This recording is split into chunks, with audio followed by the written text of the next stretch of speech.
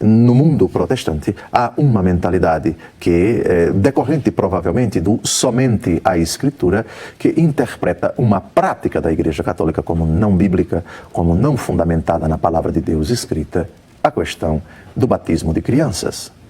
A pergunta que se faz é: tem razão aqueles que assim pensam?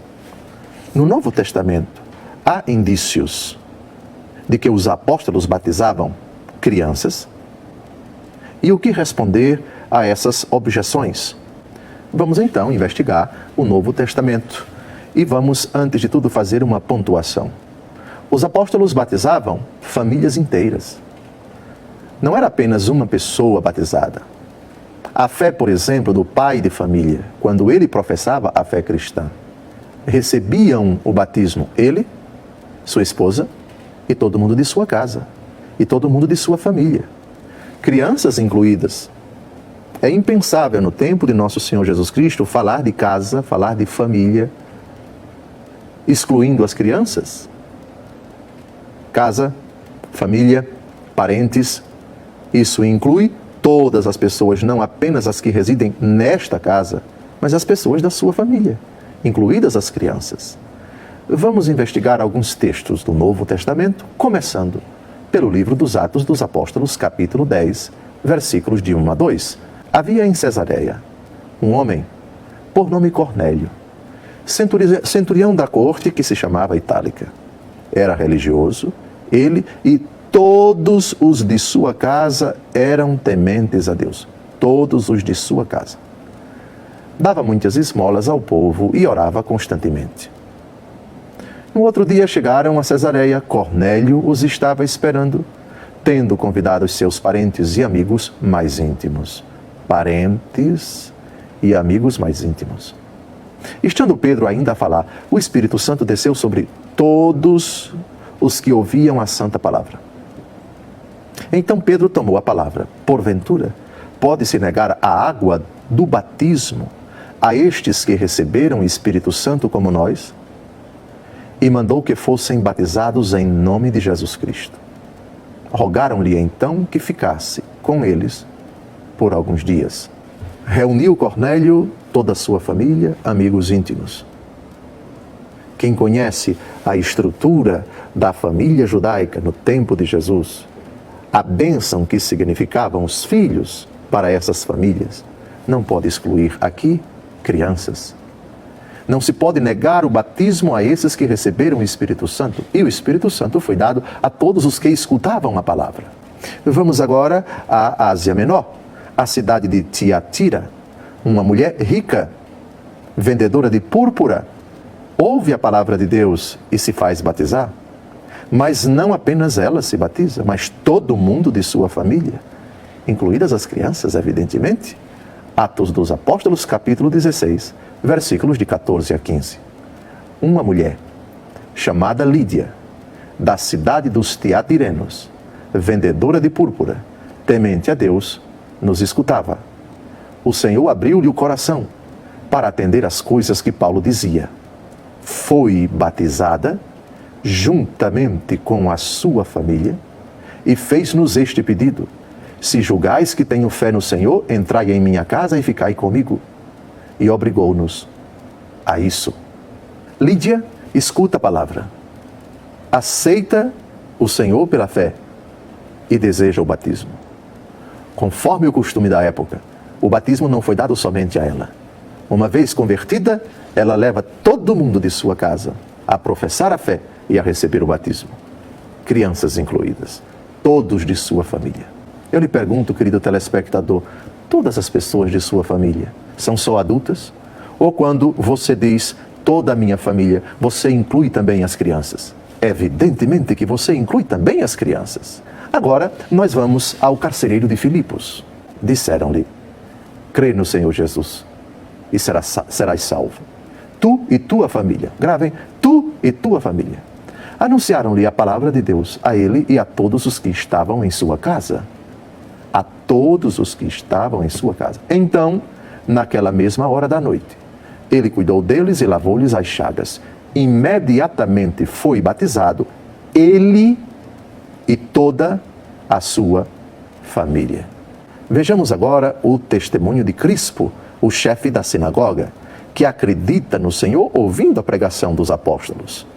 Conforme o costume da época, o mais velho, o dono da casa, o homem ou a mulher, se for o caso, que professa uma fé, leva também a professar a mesma fé toda a sua família, todos os de sua casa, todos os de sua parentela. Esse era o costume na época dos apóstolos.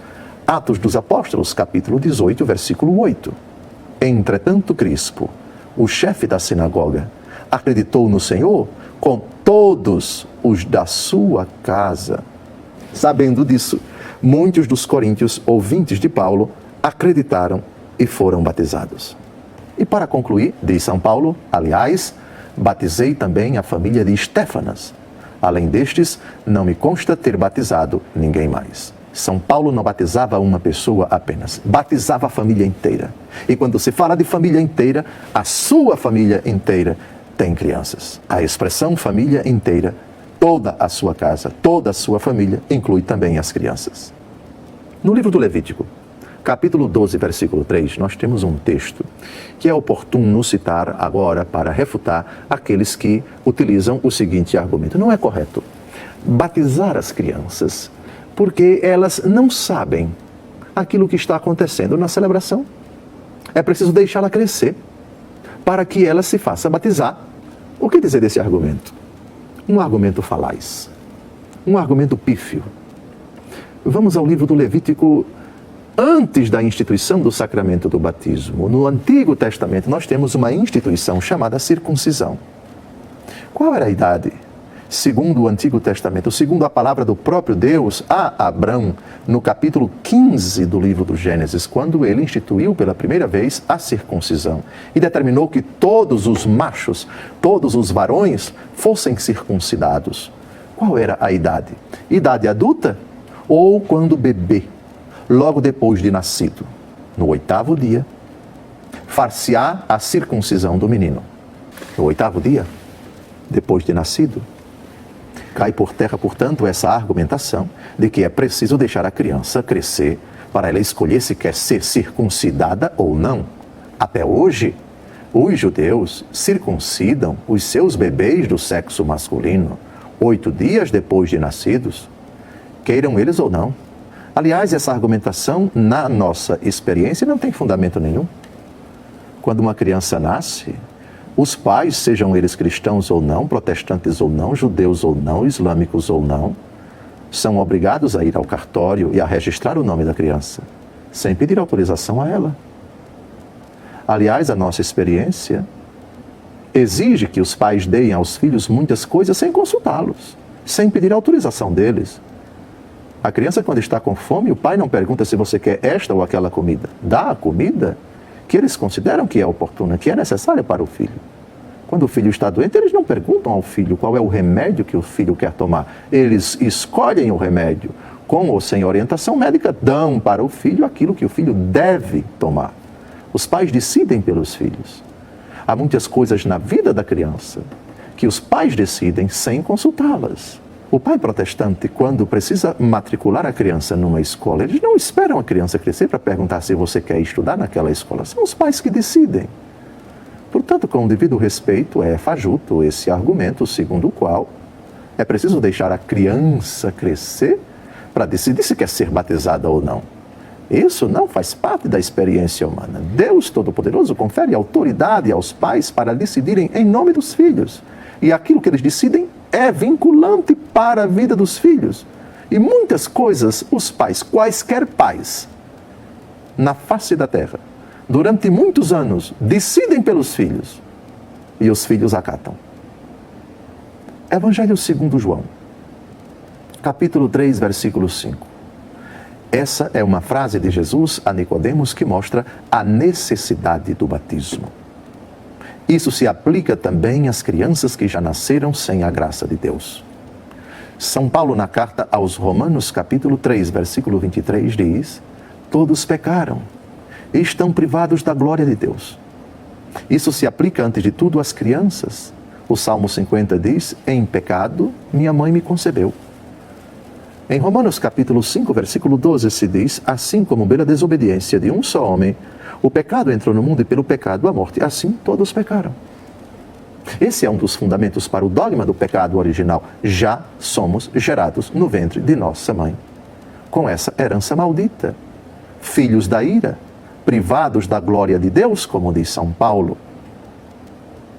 No Evangelho segundo João, vamos ao texto, capítulo 3, versículo 5, vejamos a resposta de Jesus a Nicodemos, que não compreendeu a frase de Jesus: necessário vos é nascer de novo. Nicodemos pensava que isso significava entrar de novo no ventre da mãe para nascer de novo. Responde Jesus: em verdade te digo, quem não renascer da água e do Espírito não pode entrar no reino de Deus. Ora, se as crianças, no momento de sua concepção, já são geradas, já vêm à existência privadas da glória de Deus, porque pela solidariedade com os nossos primeiros pais que desobedeceram e por causa do seu pecado, toda a sua descendência já nasce privada da glória de Deus, já nasce filha da ira. Essa afirmação se aplica a eles. É necessário nascer de novo. Daí, o quanto antes. Os pais cristãos devem cuidar para que as crianças renasçam, morram para a vida de trevas, na qual já estão inseridas desde a sua concepção. Romanos 3:23. Todos pecaram e estão privados da glória de Deus, e recebam a graça da filiação, e façam a experiência da morte para o pecado e o renascimento para a vida da graça. No capítulo 19 do Evangelho segundo Mateus, versículo 14. Quando a multidão comprime nosso Senhor Jesus Cristo, todos querem tocá-lo, Jesus está ali também diante de crianças, que, fascinadas com nosso Senhor, querem chegar a Ele. Os apóstolos tentam impedir. E Jesus os repreende docilmente com essa afirmação que bem se aplica à questão do batismo de crianças. Disse-lhes Jesus: deixai vir a mim estas criancinhas, e não as impeçais, porque o reino dos céus é para aqueles que se lhes assemelham. Um pai cristão que diz: eu não vou dar o batismo para o meu filho, no fundo está desobedecendo a esta ordem de Jesus. Deixai vir a mim os pequeninos, as criancinhas, e não as impeçais, porque o reino de Deus se assemelham àqueles que participam do reino, se lhes assemelham. Que direito o pai cristão tem de dizer: o batismo é importante só para os adultos? Onde está escrito, no Novo Testamento, ou no Antigo, ou em qualquer parte da Bíblia, que nosso Senhor Jesus Cristo disse: quem crer e for batizado adulto será salvo? Jesus não disse isso. Quem crê e for batizado será salvo. Quem não crê será condenado. Mas uma criança pode crer? Uma criança pode professar a fé por ela mesma? Não é melhor deixá-la crescer para que ela possa emitir pessoalmente, com sua capacidade de entender e de querer, o ato de fé? A resposta já foi dada durante muitos anos da vida da criança. Elas não têm ainda a capacidade desenvolvida intelectiva e volitiva, mas os pais respondem por ela. No batismo cristão de crianças, os pais, em nome da criança, respondem: vocês creem em Deus Pai Todo-Poderoso? Creio. Vocês creem em Jesus Cristo? Creio. Creem na Santa Igreja Católica, na comunhão dos santos, na remissão dos pecados, na ressurreição da carne e na vida eterna? Creio. E também os padrinhos que assumem um compromisso perante Deus e a Igreja de colaborar com os pais na educação da fé da criança respondem às perguntas do celebrante. Eles se comprometem em educar a criança na fé que, em nome dela, eles professam. Fé que é da Igreja, fé que é dos pais, fé que é dos padrinhos, a fé que é transmitida. Reparem, o protestante que não batiza a criança, mas na tenra idade leva a criança para o culto, sem consultá-la, sem pedir autorização a ela. Não, eu levo a criança porque é minha obrigação de cristão educá-la na santa palavra de Deus, levá-la para o culto. Certo, parabéns, mas por que não o batismo? Se você dá a Bíblia para ela sem consultá-la, se você a ensina. Católico que ainda não batizou a criança, bebê, batismo é para ontem. Não é para hoje não, é para ontem. Já devia ter batizado.